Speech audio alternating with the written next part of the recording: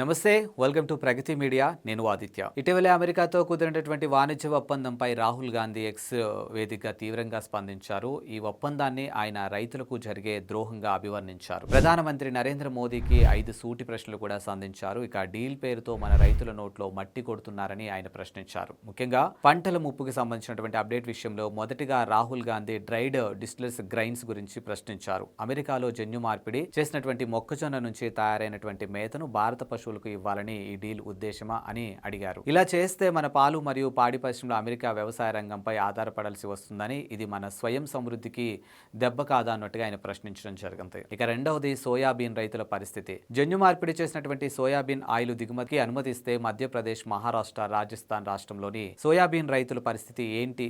విదేశీ నూనెలు తక్కువ ధరకు మార్కెట్లోకి వస్తే మన దేశ రైతులు ఎలా బ్రతకాలి? వారి ఉత్పత్తులకు సరైన ధర లభిస్తుందా అన్నట్టుగా కూడా ఆయన ప్రశ్నించడం జరిగింది. మూడవదిగా ఈ డీల్లో అదనపు ఉత్పత్తులు అంటే ఏమిటి అని ఆయన ప్రశ్నించడం జరిగింది. ఇక భవిష్యత్తులో పప్పు ధాన్యాలతో పాటు ఇతర అమెరికన్ పంటలను కూడా మన దేశానికి దిగుమతి చేసేందుకు ఈ ఒప్పందం ద్వారా ద్వారాలు తెరుస్తున్నారా అని రాహుల్ నిలదీయడం జరిగింది. ఇక నాలుగో అప్డేట్ చూసుకుంటే, వాణిజ్యేతర అడ్డంకులను తొలగించడం అంటే అర్థం ఏంటి? అంటే భవిష్యత్తులో ధాన్య సేకరణను తగ్గించడమా లేదా కనీస మద్దతు ధర మరియు బోనస్లను తగ్గించమని భారత్పై అమెరికా ఒత్తిడి తెస్తుందా అనే ప్రశ్న కూడా ఆయన ప్రశ్నించడం జరిగింది. ఇక ఐదో అప్డేట్ చూసుకుంటే భవిష్యత్తు భద్రత. ఒకసారి ద్వారాలు తెరిచిన తర్వాత మరింత మంది విదేశీ వ్యాపారస్తులు మన మార్కెట్లోకి రాకుండా ఆపగలరా? దీనికి ఏవైనా రక్షణ చర్యలు ఉన్నాయా అని ఆయన ప్రశ్నించడం జరిగింది. ఇది కేవలం ఇవాల్టి సమస్య కాదు, దేశ భవిష్యత్తుకు సంబంధించినటువంటి అంశమని రాహుల్ గాంధీ అభిప్రాయపడ్డారు. భారత వ్యవసాయ రంగంపై మరో దేశం పట్టు సాధించేలా ప్రభుత్వం వ్యవహరిస్తుందా అన్న అనుమానాలు వ్యక్తమవుతున్నాయన్నట్టుగా కూడా ఆయన ప్రశ్నించడం జరిగింది. ప్రభుత్వం ఈ విషయంలో రైతులకు స్పష్టమైన క్లారిటీ ఇవ్వాల్సిన అవసరం ఎంతైనా ఉంది అన్నట్టుగా కూడా ఆయన స్పష్టం చేయడం జరిగింది.